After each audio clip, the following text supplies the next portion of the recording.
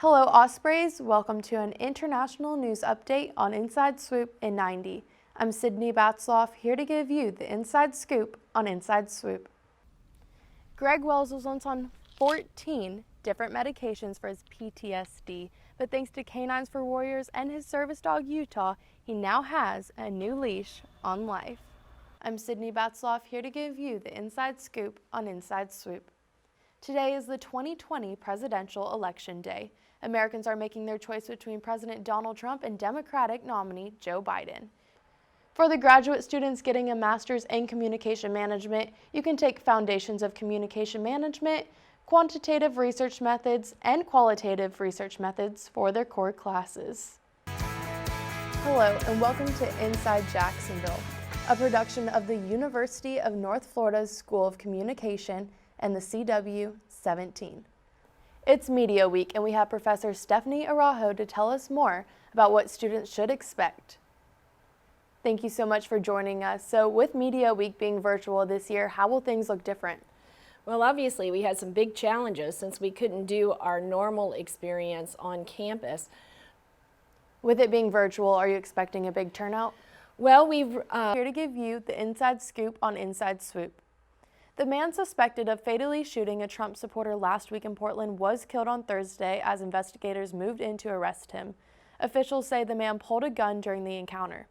U.S. Attorney Billy Williams says as of a week ago, 74 people are facing federal charges for crimes committed during the protests in Portland. The U.S. unemployment rate fell in August to 8.4% from 10.2%.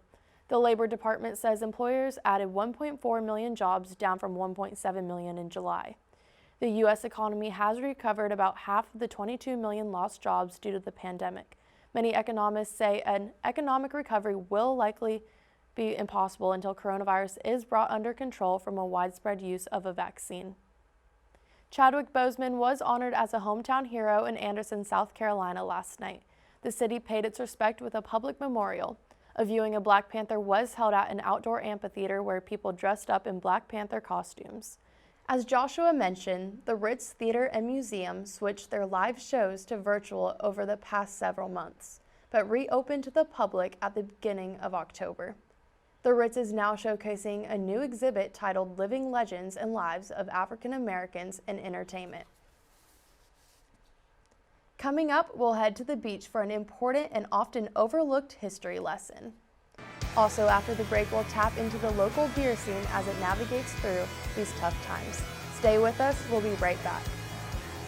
Cookies and Cream is more than just cookies and ice cream. Owners Ray and Jen want to make sure that they're making a difference in the Jacksonville community. Hello Ospreys, welcome to a special election news update on Inside Swoop in 90. I'm Sydnee Batzlaff, here to give you the inside scoop on Inside Swoop. On Saturday, Joe Biden became the projected winner of the 2020 election with 290 electoral votes, along with Kamala Harris, the vice president-elect. Biden says he is gratified by the response to his election. Tonight, we're seeing all over this nation, all cities and all parts of the country, indeed across the world, an outpouring of joy, of hope, renewed faith in tomorrow. Bring a better day.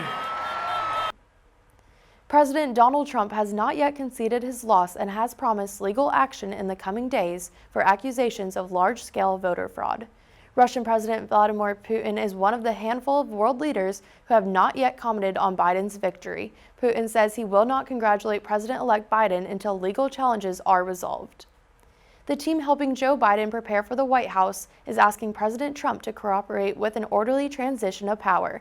As Biden begins his transition, he's working on the coronavirus.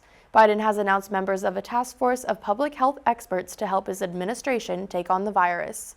The 2020 presidential election officially hit the highest voter turnout in more than 50 years. The turnout rate is at 62% as of Sunday, and as new votes are still slowly tallied, the rate will continue to grow. Well, Ospreys, that's it for this edition of Inside Swoop in 90. I'm Sydnee Batzlaff, and I'll see you next time.